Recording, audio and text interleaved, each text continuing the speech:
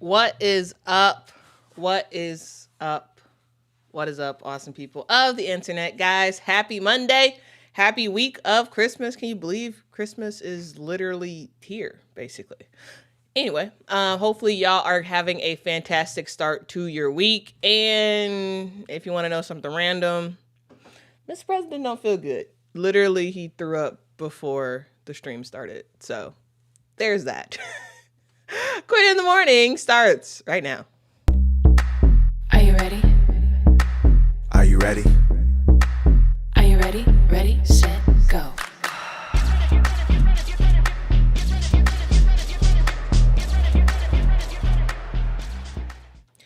Get ready, get ready, get ready, get ready. All right, guys, we got quite a bit of stuff to talk about. There was a weekend filled with a whole bunch of women's basketball games.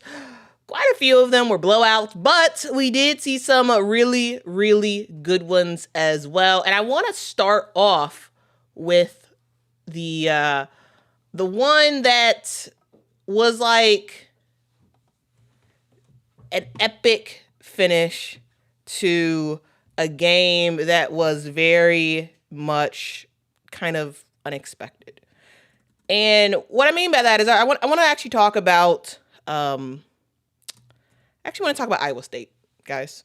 We're gonna leave with that. We're gonna talk about of course the other games that are happening as well, but I do want to spend some time talking about Iowa State because we saw a epic game over the weekend between Iowa State and there was some late game heroics in that game that I was just like, dog, that's insane. Because look at this face. Look at this excited face. Like, oh my God, I can't believe this happened. Okay, anyway, let's talk about it. Okay, so yesterday we saw Iowa State take down Kansas 79-76. And this was one of those games where I actually thought Iowa State would lose. Because, yes, Iowa State is number 10 in the country. Yes, they're a very good team with Audi Crooks and all that good jazz. But also, Kansas is no slouch, right? You got to admit that. They're no slouch at all. Samaya Nichols is absolutely fantastic when she's on. And yesterday, she was pretty on, right? And so this was going to be a battle, but I figured that, Iowa State would get the win. Probably they'll win within 8 or 9 points. That's what I thought coming into this game. So anyway, on Sunday, we saw Iowa State kick off Big 12 play against Kansas. It was in Iowa State at Hilton Coliseum in Ames, Iowa, and we ended up seeing a game where its ending was pure chaos. Pure chaos, guys. I'm talking redshirt junior Kinsey Hare drilling a buzzer beater 3 as the clock hits 0, lifting the Cyclones in a win. The game was tied up 76-76. Kinsey knocks down her only bucket of the entire game. Kinsey did not have a good game yesterday. Not really. But there are times when you are not getting going throughout the game. Like you're not a factor. Right? You see your teammate, Audi Crooks, which we'll talk about in a second. You see her going off, but you yourself, you're not on it like that. But game tied up. Y'all have nothing to lose but all to gain. Worst case scenario, y'all go to overtime. Your team has the ball. A play is ran for you. You run to the corner, the 3-point line. In the corner, take the shot. Nail it. You're only made basket of the game. You finished the game in 34 minutes, only scoring 3 points. The three-pointer that you hit to seal the game. Guys, what an epic finish that causes a photo like this. That's what it causes. Right? And I got to say, Kansas was putting in work. The reason why Kinsey Hare had to do that late game heroics was because Kansas played freaking fantastic. I'm talking Samaya Nichols, who put this team on her back. Basically, the entire fourth quarter was the Samaya Nichols show. 29 points for Kansas for Samaya Nichols, right? She kept getting fouled, getting to the rim, getting fouled, just making stuff happen for her team. She did a little bit of everything. But unfortunately, it wasn't enough. But I got to say, before we get to the rest of what Iowa State did, shout out to Samaya Nichols. Shout out to her. Like, what a great game. What a great game. Knocking down threes, getting to the rim, like doing literally everything. A three-way score yesterday. And Kansas needed every bit of it. Every bit of it. Right? Libby Fandel also did really well for Kansas as well. She ended up having 18 points in that game. But, like, truly, this game was neck and neck because Kansas stepped up. This was not a game that should have been as close where it's tied up with seconds left to go. But it was because Samaya Nichols. She was doing everything. Everything for this team. 3-pointers, jump shots, get into the rim, playing some defense. She was doing a little bit of everything. A little bit of everything. And while she tied it up with 5 seconds left, didn't matter. Because Kinsey Hare knocked down a 3-point bucket. All right.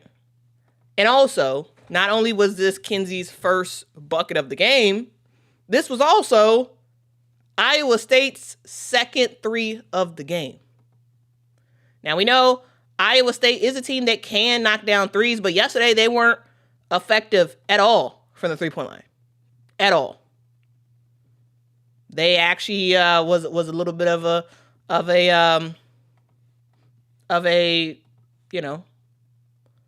struggle fest of sorts from the 3. They only hit 2 threes yesterday. But doesn't matter how many you miss.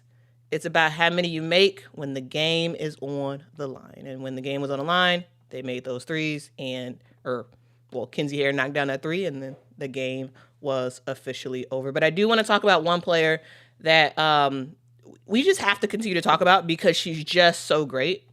And I want you all not to get fatigued by how much we talk about this player because there are just some players who are just very, very special. And I think she's one of those players. And of course, who else am I talking about? I am talking about the greatness of Audi Crooks. Yes, Kinsey Hare, yes, she saved the day. She won the game for Iowa State, but let's not get it twisted. The headline for this entire game was Audi freaking Crooks. That was the headline. Audi Crooks, 41 points in yesterday's game. 19 field goals made. Right? Thing to note, Kansas did not double. They didn't really double against Audi Crooks. And because of that, Audi Crooks shined. Just saying. The decision to not double as much and not really double, I think that was actually a big deal. That was actually a really big deal.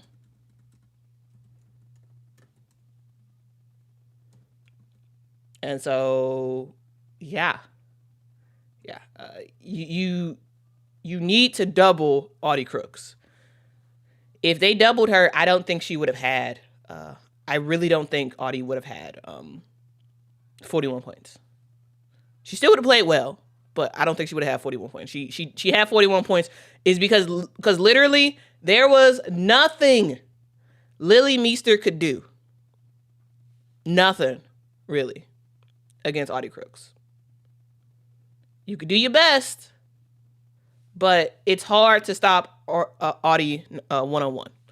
And that clearly was something that they couldn't do. So, yeah, Kansas didn't double. Audi took advantage of it. 41 points. This is not a one-off performance. She has had 30-plus points in 4 straight games. And so, yeah, that's Audi. She is absolutely fantastic right now, right? She's averaging 28 points, 28.9 points per game. What? 28.9 points a game, shooting 71% from the field, because basically all of her attempts are right at the rim, or she has that little like half fadeaway type of shot as well. And she can do a little bit of everything. Okay, so Audi Crooks becomes the 6th player in Iowa State history to cross 1,800 points per game. Also, she extended her double-figure streak to 79 games, the longest active run in women's college hoops. Okay, so literally nobody has scored in double figures more than Audi Crooks right now. 79 games straight of having double figure points. I'm just saying, you know, when people tell you, oh, the post is dead, it's all about the new generation of the post player. How post players got to shoot threes and they got to do all this other stuff. Show them Audi Crooks. At least in college, you can make it work. Still being more of a traditional type of post player. Just saying. Okay. And for those who are saying, oh, no, Audi only scored that because of her competition. I want to remind y'all that 2 weeks ago, Iowa State beat Iowa, who was the number 11 team in the country, and she had 30 points. Right? When Iowa State played Indiana University, she had 47. So yes, is Kansas the best team in the country? No, they're not top 25, but they are a good team in the Big 12. They are. And if you want to play single coverage on Audi, you're going to struggle. She's going to dominate. So word to the wise, if you play in Iowa State, double her. And force everybody else to beat you. That's what you got to do. But, anyway, that's that. All right, so Iowa State is now 13-0. This is their best start since 2014. They've won 16 straight games at home, and not only did Kinsey Hare seal the game with the game-winning bucket, not only did we see the awesomeness of Audi Crooks, but also we continue to see the big impact that Jada Williams makes on this team. Jada Williams, a double-double in this one, 11 points, 10 assists. She just fits. That's the thing. Jada Williams fits so well on this Iowa State team, and it's very clear that yes, a lot of the success that Iowa State is having, Big 12 play just started. We're gonna see them play some more sort of games of consequence, right? They got Baylor coming up in the new year, so that's going to be a big one. You got some challenging games. You're going to play TCU. You're going to play Oklahoma State. Like, they got some challenging games coming up. But I gotta say, a huge factor in the difference. Last year, I felt like Iowa State kind of did go through a little bit of a sophomore slump, and I feel like Jada Williams and her leadership, it's huge. It is absolutely huge. Jada Williams is not being asked to be the best player on this team. She is asked to be the facilitator. So to be the person who tells people kind of where they need to go and gets the ball where it needs to go when it needs to get there. And we've seen it with her passes so far this year to Audi Crooks, with her passes to Addie Brown. She just makes the right decisions. Now, is she perfect? No. But I got to tell you, a huge success for this season for Iowa State is on the shoulders of Jada Williams. It is. And so I just wanted to shout her out because, I feel like a lot of times we focus just on who scores the most points. And yes, Audi Crooks is fantastic. Yes, Addie Brown is fantastic. Yes, Kinsey Hare won the game. But also, Jada Williams is the beast. And she's a perfect fit for this team. All right.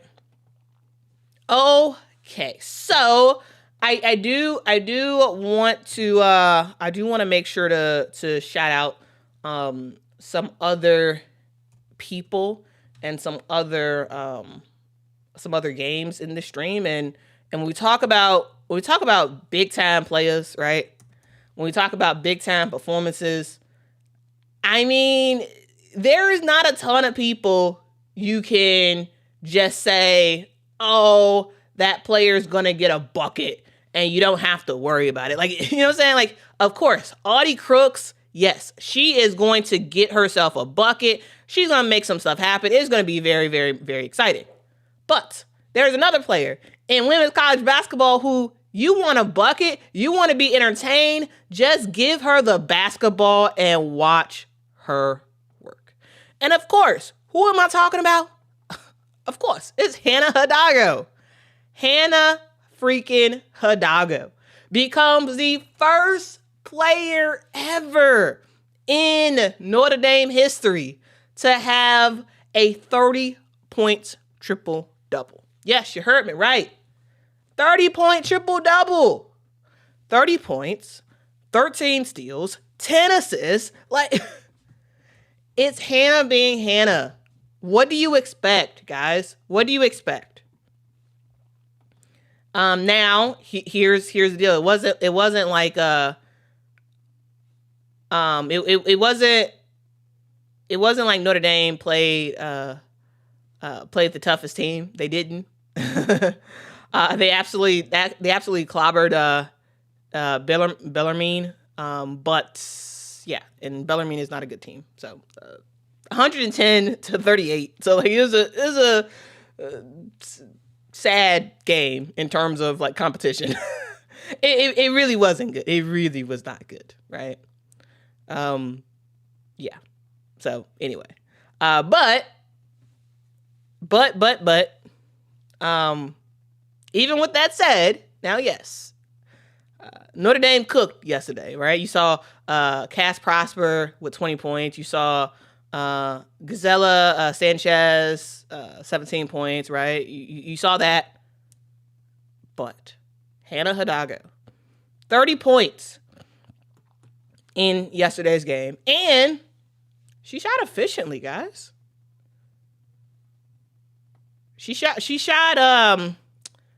76% from the field yesterday. So she's great. She absolutely did her thing, But again, they didn't play nobody. They played a team that is really, really bad. Okay, so this is not a Notre Dame is this much closer to making it to the Final Four. No. because Bellarmine is not a good team at all. So I'll put that in context. Put her 30-point, 10 assists, 13 steal game into context.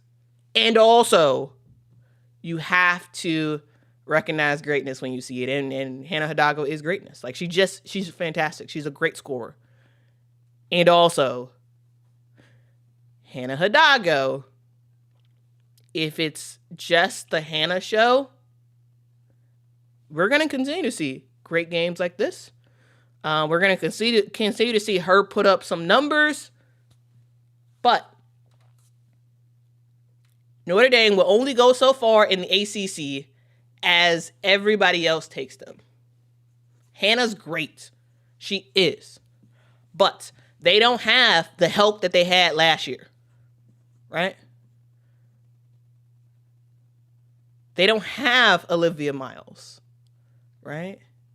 They don't have Sonia Citron. They don't have Maddie Westbeld.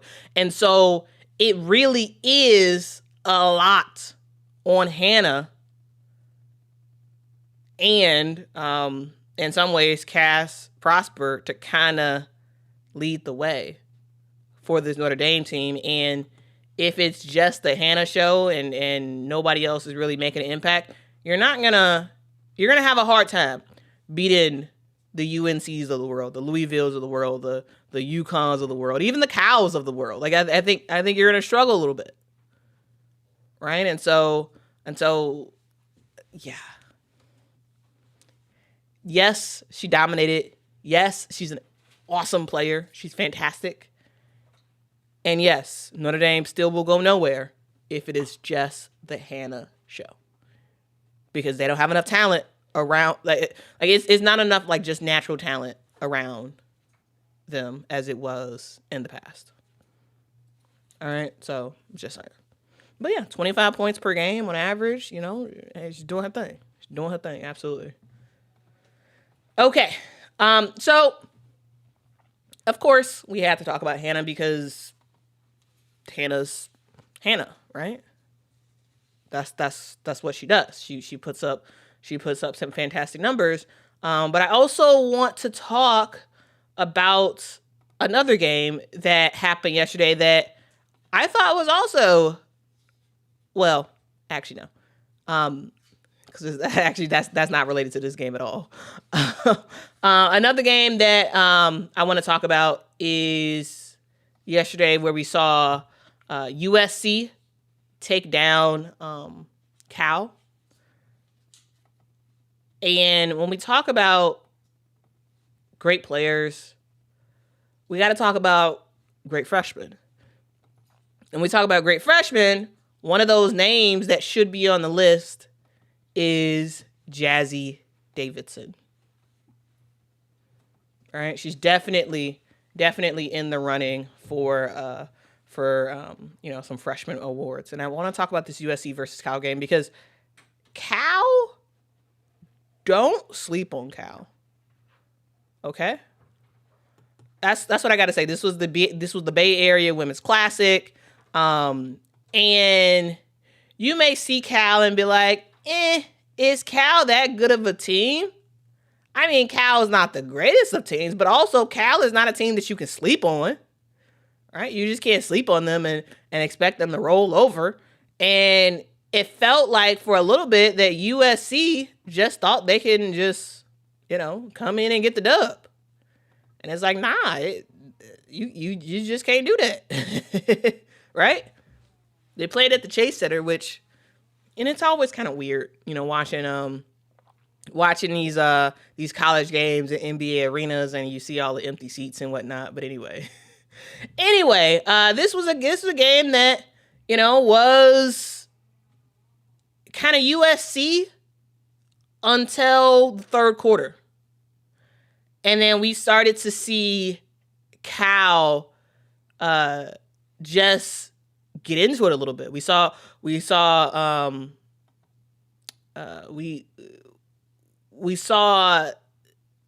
it be a game of sort of late game heroics a little bit, right? Because USC kind of had it. kind of. It was like a narrow lead until the third, and it was like, ooh, maybe Cal can get the dub and make some stuff happen. Who knows? But unfortunately for Cal, they had the basketball, less than 50 seconds left to go. They were only losing by 2 points, but costly turnover ended up into a steal for USC, and ultimately they were able to close out the game.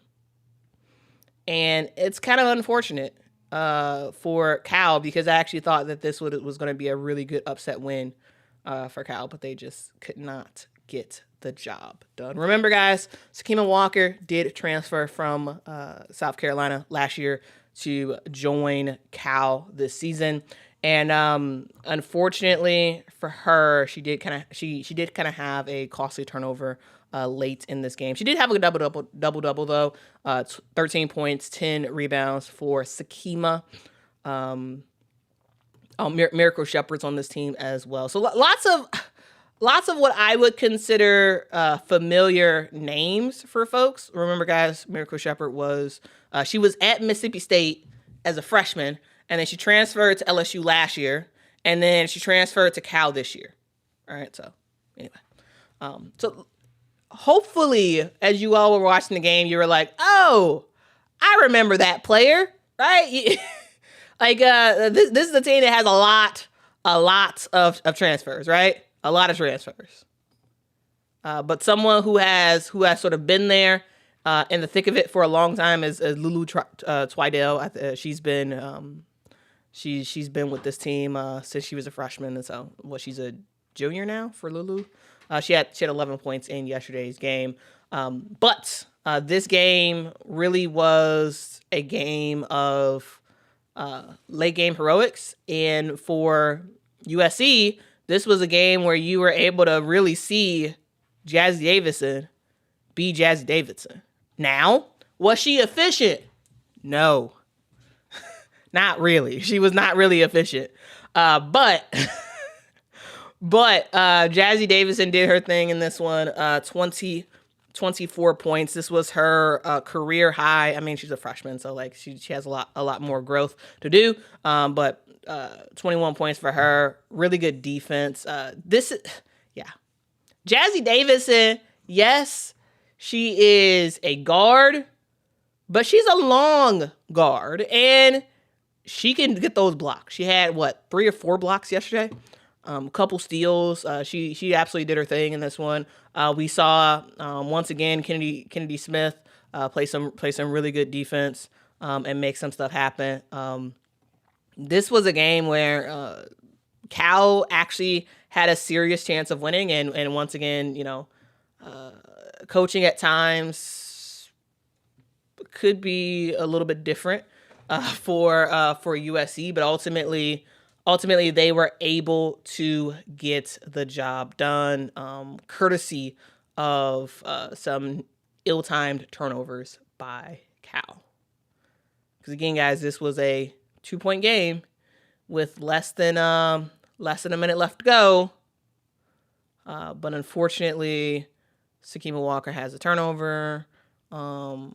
Ultimately, Kira Dunn ends up getting fouled. She makes both her free throws, and then the game kind of just ends from there. All right.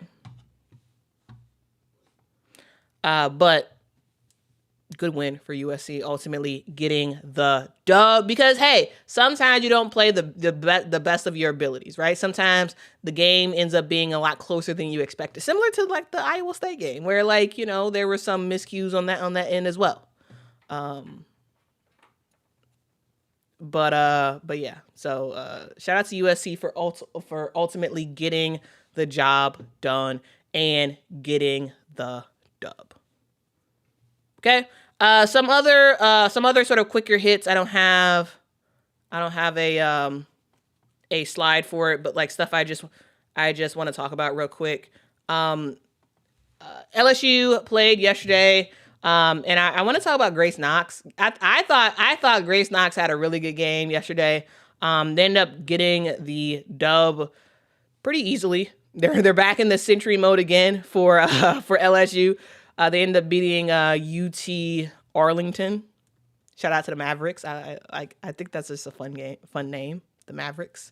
Anyway, LSU won 110-45. But can we shout out Grace Knox? Yesterday, she was kind of in her bag a little bit, Ended up getting what I think might actually be a career high. Is it her career high? I gotta look that up to confirm. But 25 points for Grace yesterday. 12 rebounds, 3 blocks, right? Three steals. I thought she played fantastic in this one. I think this was her career high. Yeah, she's a freshman, so that's really good to see. Yeah, it was her career high. So, hey, great. Grace is trying to do what she can. So once SEC play starts, she actually gets playing time.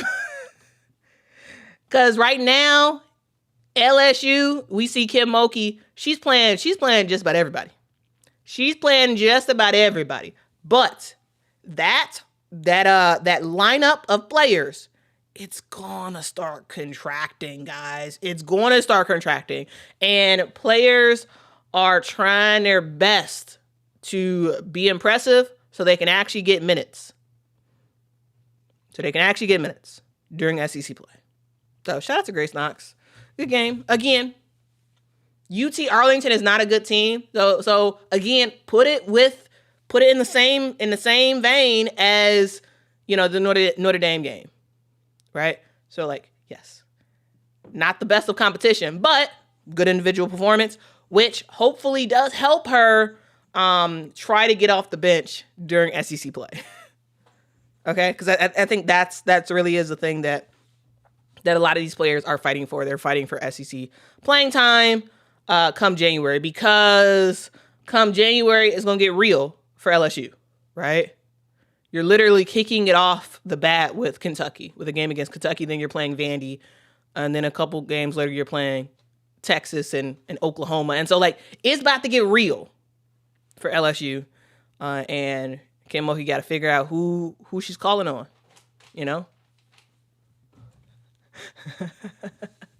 I said who she's calling on. And in my head, literally, as I said that in my head, it was like, who you going to call? Ghostbusters. Oh my God. I am so funny. It's cringy. All right. I think Mr. President may be fine for the day. He hasn't thrown up again, or at least where I can see. He's now laying down. I don't know what's wrong with this dog. Anyway. Let's go through some of the other games that happened yesterday. There was a game that took place between Texas and one of my favorite teams, and that's South Dakota State. The reason why I like South Dakota State, I started watching them 2 years ago, I think, really, and because of just the grit that they play with. I think they play better than you think they would play with who they have on their team. Yesterday they ended up playing Texas, and Texas won 70-51. But I do just want to shout out the Jackrabbits, because I think they played way tougher and way better than you would think, because again, Texas is number 2 team in the country, but Brooklyn Meyer is a beast, straight up beast. And she did her thing yesterday. But of course, Texas does get the win. Also, actually, the main reason I like South Dakota State is because they're called the Jackrabbits. I think they have the one of the best logos in the country. I'm just saying. Anyway, yesterday we saw Texas kind of do their thing. Jordan Lee is someone who led the charge for Texas yesterday, and she's somebody who, in a lot of ways, is an X factor. I feel like I've said this in the past. We all know that Madison Booker is a beast, right? Mid-range assassin. She's female KD, basically. And we know Rory Harmon is, one of the best point guards in the country. If you ask Vic Schaefer, she is the best point guard in the country. She's fantastic. She gets her teammates involved. She's a big shot taker, big shot maker. We all know that. But Jordan Lee, in a lot of ways, she is a huge X factor. She went from, I would say, being a player who played, but like she didn't make that big of an impact last year. Not really. But this year she's huge in this one. She's averaging around 15 points per game. Texas is going to need her even more when we get into SEC play in earnest. And I just can't wait to continue to see how Jordan Lee continues to evolve. And I think it just shows that Jordan probably didn't play maybe as much as she wanted to last year. She wasn't as big of an impactful player last year, and like she could have actually hit the transfer portal, right? She could hit the transfer portal, but she stayed with Texas. She got better over the break, and look at her now. Right, I think it's something awesome to say about players' willingness to be coached and players' willingness to stay when there were opportunities for her to like have guaranteed starts and whatnot. And so shout out to Vic Schaefer, shout out to Jordan for really just making leaps and bounds improvement from last year to this year. I think it says a lot. I think it really does say a lot to see the evolution of a player within the same team, right? And so, yeah, that's something to note there. We also saw Michigan take down Oakland yesterday, 97-54. When you talk about Michigan, of course, we know the usual suspects, right? We're going to talk about Sila Swords. We're going to talk about Olivia Olson, and both of them did their thing. 15 points for Sila, 23 points for Olivia Olson. They kind of, get the job done pretty easily against the Golden Grizzlies of Oakland. We also saw Ole Miss take down Old Dominion. Christine Iwala, she did her thing in this one. Ultimately helping Ole Miss get the dub. She had a double-double, 23 points, 10 rebounds for Christine. And Cody McMahon, she did her thing as well, 19 points, 7 rebounds. We saw North Carolina take down Charleston Southern, 93-74. We saw Washington take down Pacific, 90-50. Nebraska beat Cal Baptist, 87-56. And Michigan State beats Indiana State, 115-66. Those were the games that happened yesterday. Those were the big top 25 games happened yesterday. But I want to talk about Saturday, actually. And the two games that were on my list to watch, and I was going to go live. I ended up not going live for it. But I want to talk about the Champions Classic games. It was Tennessee versus Louisville, and we saw Yukon versus Iowa. How many, raise of hands in the chat, how many of y'all actually watched those games? I want to figure out how detailed I want to talk about those games, depending on if most of y'all watched it, then I won't go too detailed. I'll just go on my rant that I want to say about Tennessee and how you literally had the game, and I'm just like, what the heck, man. Anyway,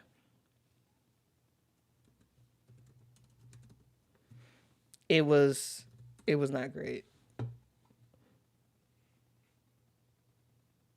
It really wasn't, but yeah, no.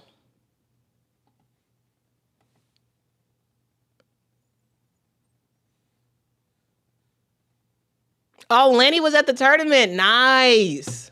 Yeah, it happened in it was at the New York Liberties Arena, right? At least I believe it was in New York. Yeah, I believe it's at the Liberty and Brooklyn Nets Arena. Okay, hold on. I got something in my eye. Hold on.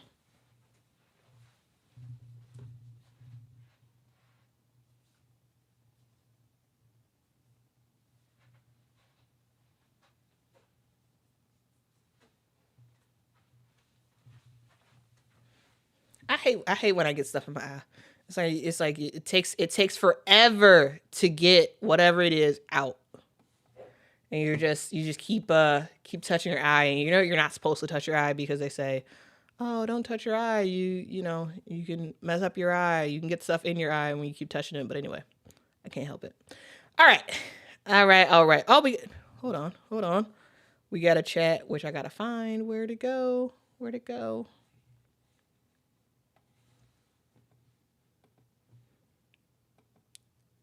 Thank you so much, Shamika, for the super chat. Says, I know this is a women's basketball channel, but I have to give a shout out to the Bears. Yes. Yeah. Okay. So the Bears played Saturday night. And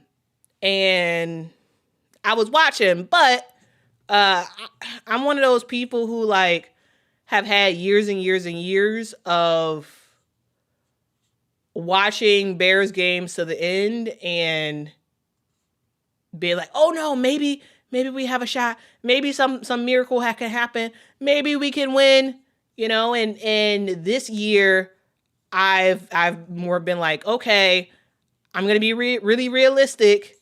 I'm not going to think we have a shot if we don't. And if it looks like it's going to be bad, I'm just going to turn off the game.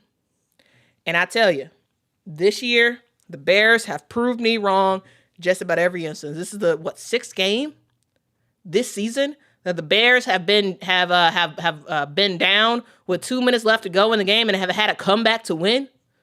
Guys, I was watching the game, the Bears, and then I ended up turning it off. And I was following it, but at the same time, I didn't want to like get annoyed by us losing. And we were down bad. Like we couldn't really do anything. And then all of a sudden, onside kick, you know, we recover it, or they fumble. We get the ball.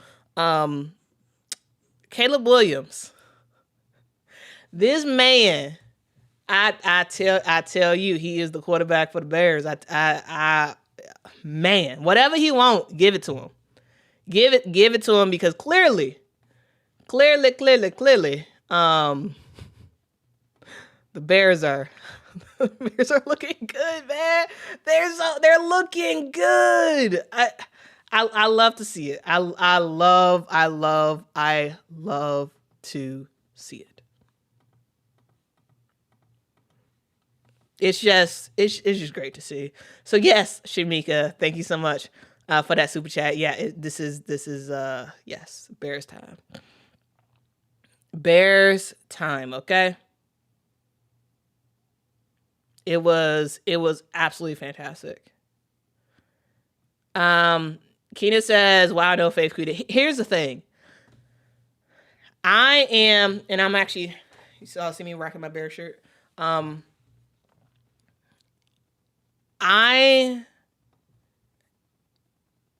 was a massive Bears fan. Where literally I watched every game, watch almost every snap, like for years.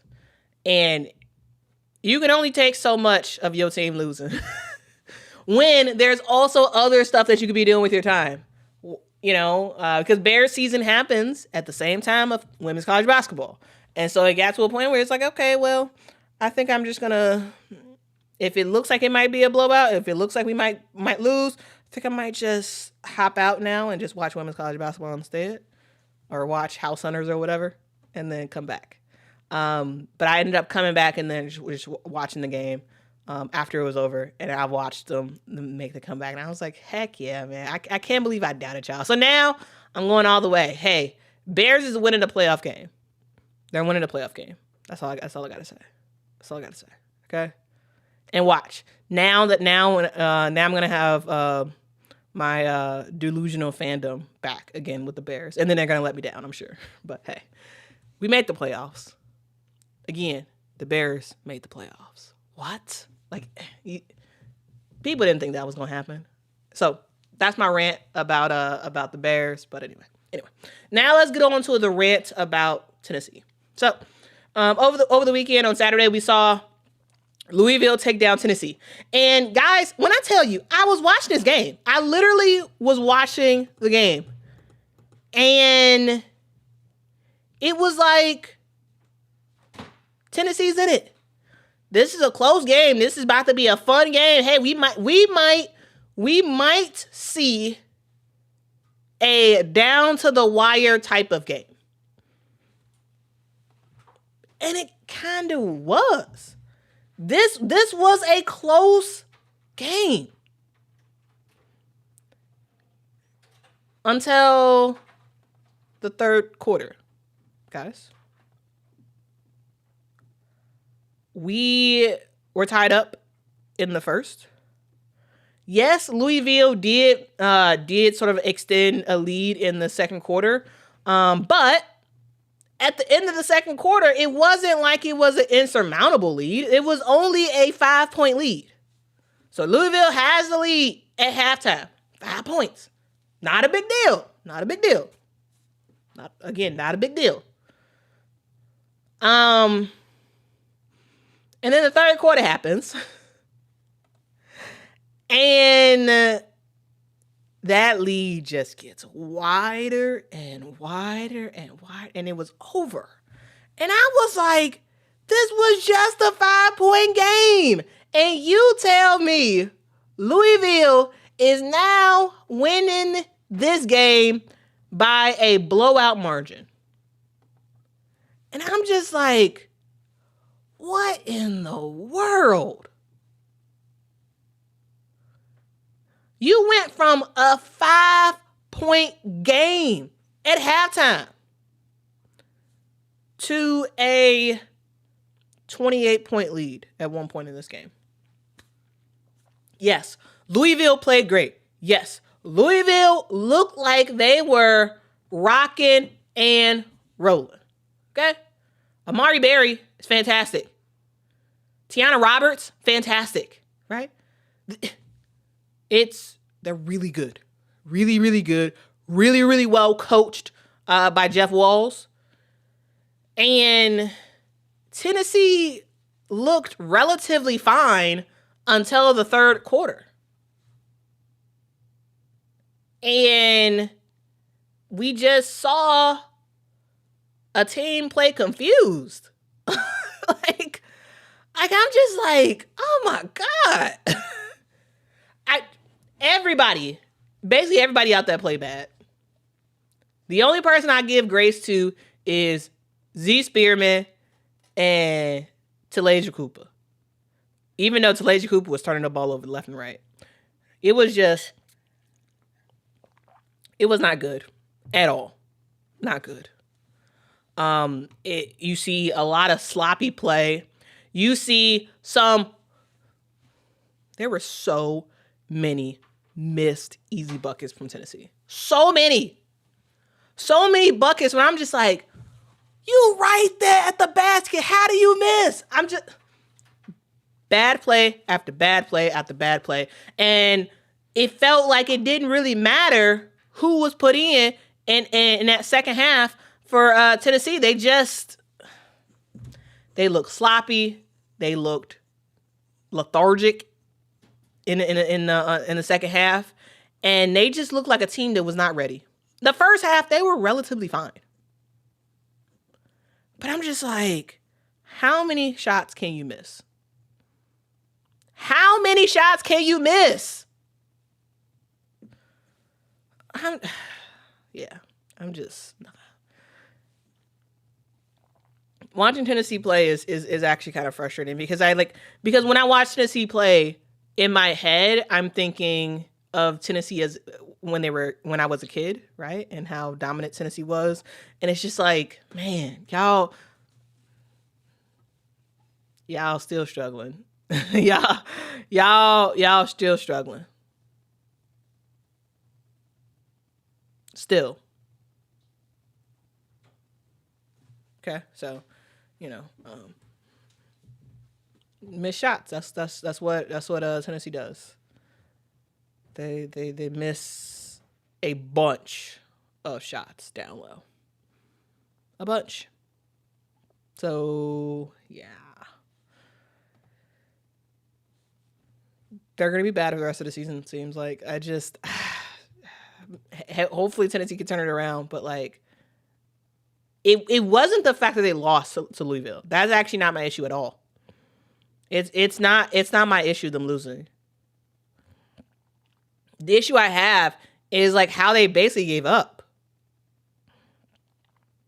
They basically gave up in this one.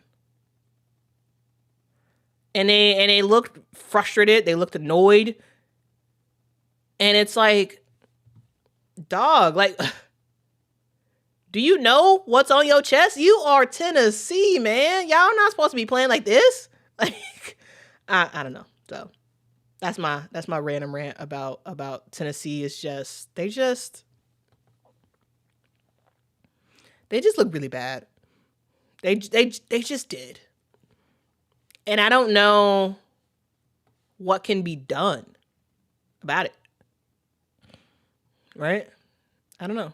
It's just, let's jack up a whole bunch of threes. Let's just not concentrate when we're trying to hit layups. Let's just get frustrated and get upset. And let's just not play to the best of our abilities. It's just bad. And to think, Louisville actually committed way more turnovers than Tennessee did. Right?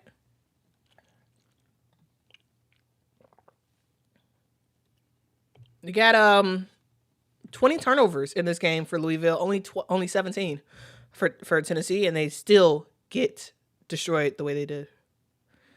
I don't know. I don't really know what can be done to fix this Tennessee team.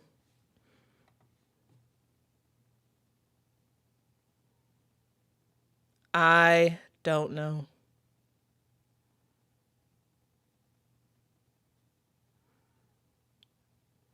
But yeah, we'll see. We'll see what happens. I mean, it's just like when I think about Tennessee, I think of Candace Parker and Pat Summitt. Literally, that's what I think about. And I'm just like, this is not that team. This is not that team. Yeah, Candace needs to talk to him. Some need to have it. I don't know, man.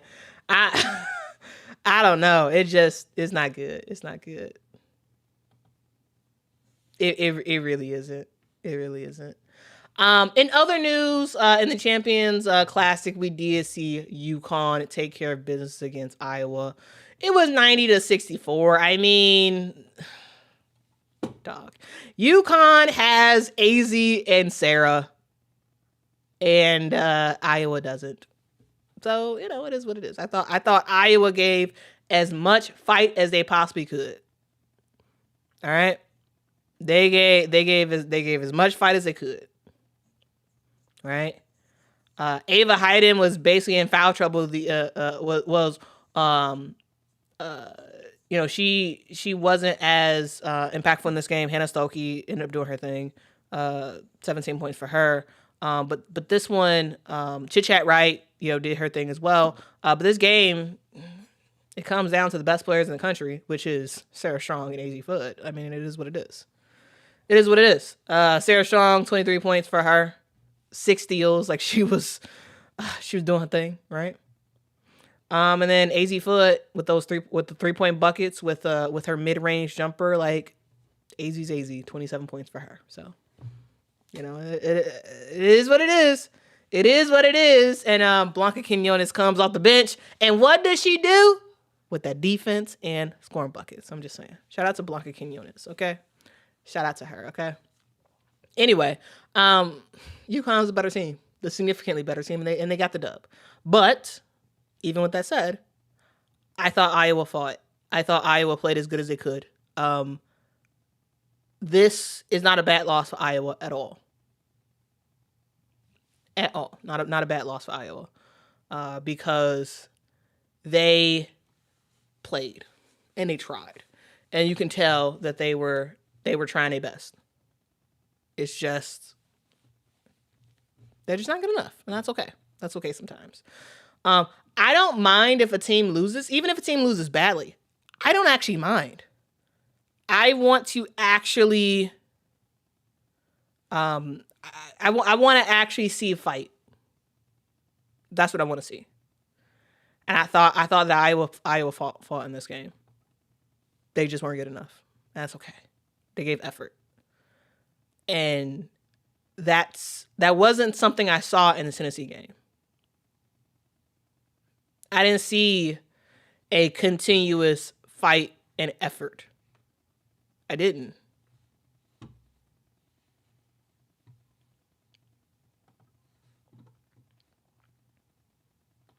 Amelia says I became a fan of Chit Chat from that game. Yeah, because hey, Chit Chat Wright is gonna give it all she has. That's what she's gonna do. She's gonna give it all she has. She's gonna get some good passes. She's going to knock down some threes. She's gonna make some good decisions. She's great. And here's the thing: she's a better shooter than her attempts show. Chit Chat Wright is a scorer, but it does seem like sometimes she is a little bit hesitant to score. And I want to see. I want her to. I believe in when I watch previous games, I believe the commentator said something about that as well, about having Jan Jensen sort of challenging Chit Chat to look for her shot more and to be a little bit more selfish in the game. And I wholeheartedly agree. I think Chit Chat Wright is a really, really, really good scorer, and also she's just an overall really good player. And so I see a lot of y'all saying she should hit the transfer portal. I don't know. I'm not gonna say somebody should transfer or whatever. All I know is Chit Chat Wright is a college basketball star in the making. Right? Last year she played at Georgia Tech, ends up transferring to Iowa. And now, a lot more people know who she is, and a lot more people love her game now more than ever. She's gotten better in terms of her shooting, in terms of her points per game, in terms of basically every stat line she's got better at, besides rebounding. And maybe she transfers again. Maybe she stays at Iowa. I don't think she has to transfer out of Iowa. I think Iowa could be fine for her. I think Iowa just needs to figure out what their identity is in the future, right? So I think that's the thing. But yeah, Chit Chat is great. Anyway, that's that. I think we're gonna call it quits because I was a little bit too long-winded for the stream. But again, thank y'all so much for rocking with me. If y'all could, make sure to hit that like button. It really does help the channel out a whole lot. And hopefully, if you all missed any of the games over the weekend, hopefully I did try my best to kind of go through them real quick. One game I did end up missing, and this game I don't actually have commentary for. That was here. Let me find it, because there's one game that I was like, I couldn't watch it, and now I don't know what happened. It was Princeton versus George Mason. I did not watch that one. That happened on Saturday, where Princeton barely got the dub over George Mason, 71-69. Did not watch that one, so I can't provide any commentary about that. We also saw the Baylor versus Texas Tech, where Texas Tech got the win over Baylor. I didn't actually watch that game. And so, unfortunately for me, I don't have a recap about that. I'm so sorry. But Texas Tech ended up beating Baylor 61-60. I gotta watch that game because I don't know what happened. But that's crazy. That's a huge upset. Baylor absolutely got. Shout out to the Lady Raiders. Shout out to the Lady Raiders. They're 14-0 on the season. But I did not watch it. So I have to go back and see what exactly happened. But shout out to Texas Tech for getting that dub. I think they'll for sure drop Baylor in the rankings, but I'll have to go back and actually watch that game to see what actually happened. But hey, anybody and everybody can and will get got. Sienna Betts is back. Yes, she is back. She's had her second game so far. She's looking great. She is looking absolutely great, and I'm happy that she's back and we're seeing her play alongside her sister. It's pretty fun to see. It is pretty fun to see. Molly said Texas Tech and Baylor was a good game. Okay, fantastic. Good to see. I'll make sure to. Hopefully, I'll better watch it today. To see what happened. But hey, shout out to Texas Tech though. Shout out, man. Shout outs. All right. That's the stream. Again, thank y'all so much for watching. Make sure to hit that like button for me one time. Again, it really does help the channel out a whole lot. And after that, Teddy, let's talk about that real quick. Says, thank you. I need to catch up on the games. We didn't really discuss TCU, and I know they've been rolling. Yeah, let's talk about TCU real quick. TCU is a team that is, they're good. They're really, really, really good. This weekend we ended up seeing them take down Kansas State 77-55. Olivia Miles did her thing, 29 points in this one. The Horned Frogs are about that life. You got Olivia Miles and you got Martha Soares. Like those two players. Hey, they looking pretty good. They're looking pretty good. TCU is one of the favorites in the Big 12. You got TCU, you got Iowa State. Like you got some competition, and I'm really excited to see that battle when it happens between those two teams. You got keep your calendar peeled for February the 22nd, where we see TCU face Iowa State. I think that's going to be probably the biggest game of the year for TCU when they play Iowa State in February. They also have Baylor on the schedule as well. With Baylor's loss to Texas Tech, which I have to watch to actually see what happened. Maybe Texas Tech is also a team to watch, because we do see Texas Tech play TCU on February the 1st, and so yeah. Hey, we'll see what happens. TCU has looked fantastic so far, and they have had a relatively easier schedule. But remember, don't forget TCU beat NC State. Okay, TCU did beat NC State this year, so like that's somebody. That's more than some other teams have played. So like you gotta respect it. All right. Anyway, I'll see you on the next one. Bye. Are you ready? Ready, set.